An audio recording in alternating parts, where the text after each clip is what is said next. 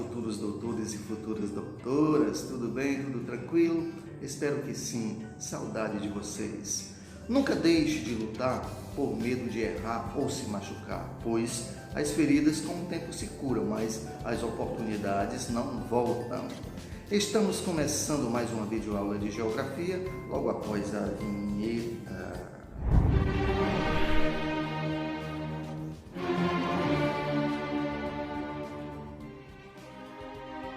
Ok, galera, nosso assunto de hoje, fases do crescimento da população mundial. Como o ritmo da população mundial não é uniforme, podemos distinguir algumas fases caracterizadas por diferentes dinâmicas. A primeira fase foi a do crescimento lento, período do século IV a.C.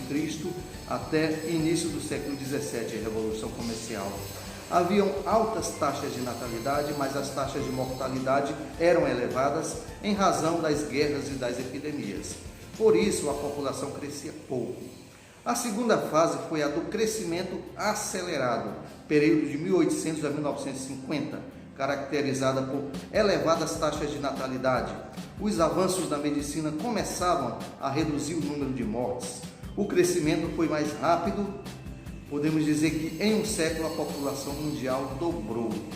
A terceira fase foi mais acelerada ainda, por isso chamamos de explosão demográfica, período de 1950 a 1980. Nesse período ocorreu o êxodo rural, a saída da população do campo para a cidade. As taxas de natalidade continuaram altas, graças à melhoria das condições médico-sanitárias. A mortalidade foi reduzida. Em 30 anos, a população mundial dobrou mais uma vez. Nesse período se acentuou a diferença na dinâmica demográfica dos países desenvolvidos e dos não desenvolvidos, cujas populações cresceram em ritmo mais acelerado. A quarta fase que estamos vivendo agora é a transição demográfica, caracterizada pela diminuição das taxas de natalidade em razão de fatores como a descoberta de métodos anticoncepcionais e a manutenção de baixas taxas de mortalidade. O resultado foi um crescimento mais lento do que o do período anterior.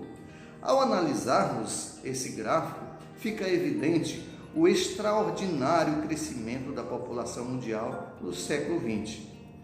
De 1800 a 1998, o número de habitantes da Terra passou de 1 bilhão para 6 bilhões. E de 1998 a 2011, saltou para 7 bilhões. O aumento foi maior a partir da década de 150%, sendo que as maiores taxas de crescimento anual ocorreram na década de 60, 2,4%. Na década de 1980 para o ano 2011, houve uma redução das taxas de fecundidade de 4,9 para 2,5 filhos por mulher, o que resultou em uma menor taxa de crescimento populacional. Mesmo assim, as previsões são de que a população mundial continuará crescendo, porque 1,2%, que é o que cresceu dos mais de 7 bilhões de pessoas, é uma quantidade considerável. Calcula-se que próximo ao ano de 2050 teremos ultrapassado os 9 bilhões de habitantes da Terra. Outro fato que fica evidente é que, principalmente após a década de 1950, esse crescimento foi muito maior nos países não desenvolvidos do que nos desenvolvidos. Algumas teorias tentam explicar o crescimento populacional. Entre elas destacam-se a teoria malthusiana, a neomalthusiana e a teoria reformista ou marxista. A malthusiana, segundo essa teoria, elaborada pelo inglês Thomas Malthus, a população mundial cresceria aceleradamente em progressão geométrica, 1, 2, 4, 8, 16, 32, e a produção de alimentos cresceria em ritmo lento, comparada à progressão geométrica, 1, 2, 3, 4, 5. Assim, em determinado momento, não haveria alimento para todos os habitantes da Terra. As maiores contestações a essa teoria eram de que, na realidade, ocorre grande concentração de alimentos nos países ricos e, consequentemente, má distribuição nos países pobres. Em nenhum momento, porém, a população cresceu conforme a previsão de Malthus. Já a teoria neomalthusiana, elaborada após a Segunda Guerra Mundial, argumentava que, se o crescimento demográfico não fosse contido, os recursos naturais da terra se esgotariam em pouco tempo. Por esse motivo, foi sugerida uma política de controle de natalidade nos países não desenvolvidos que envolvia um planejamento familiar. Os seguidores dessa teoria acreditavam ao crescimento populacional a pobreza dos países não desenvolvidos. Para contestá-la, foi proposto que se melhorassem as condições de vida das populações menos favorecidas e também a distribuição de renda, permitindo a essas populações maior acesso ao mercado de trabalho. Já a teoria reformista ou marxista diverge das teorias malthusiana e neomalthusiana.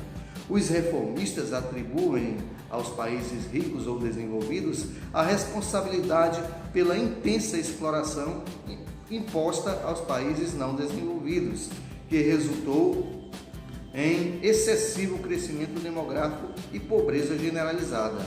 Eles defendem a adoção de reformas socioeconômicas para superar os graves problemas. A redução do crescimento demográfico seria consequência dessas reformas. Falando nisso, galera, você sabe quais são as 5 cidades mais populosas do Brasil? Em primeiro lugar, vem São Paulo, né? Diga-se de passagem, a cidade mais populosa e também mais populosa da América do Sul. Em segundo lugar, vem Rio de Janeiro. Terceiro lugar, Brasília. Quarto lugar, Salvador. E quinto lugar, Fortaleza. Ok, galerinha, por hoje nós ficamos por aqui. Lembrando que as atividades domiciliares estão sendo postadas no Google Sala de Aula e nossos encontros virtuais estão sendo feitos pelo Google Meet. Assistam mais videoaulas no canal do Professor Roger no YouTube, dá um like, comente, inscreva-se, clique no sininho de notificações para fortalecer o nosso canal, para que nessas aulas nós possamos ampliar cada vez mais os nossos conhecimentos. Um grande abraço, beijo no coração, até logo, até mais ver, tamo junto, é nóis!